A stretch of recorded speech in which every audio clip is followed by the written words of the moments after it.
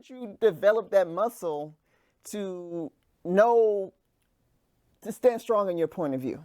Lived experience. I mean, I came from a household or a family. They argued. I mean, I'm telling you, it was like meet the press every family gathering. Like you be fighting for your life, arguing with somebody, arguing with my uncle or my mama or my grandma. You know, my mother, she cracked me up because she told me this story about how, because we lived in Houston for about 2 years. Yeah.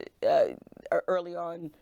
And I was born and raised in Detroit, but we spent 2 years there when I was like from ages maybe 5 to when I was 7. Yeah. And she was telling my grandma, some of our family was at some gathering about Juneteenth.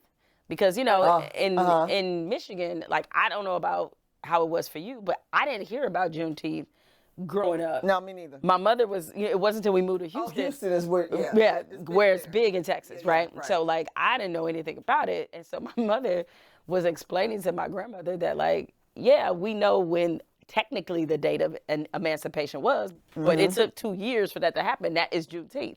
Right. Like, it didn't happen right away. And my grandmother was not having it. Right, and so she was just like, she's like, finally, even though no matter how many books I cited or it's in the encyclopedia. You sitting up there citing books? Well, I wasn't. This is my mama arguing with my grandmother. No, this wasn't me. I didn't want the smoke. I did not want the smoke. So she argued with my grandma about it.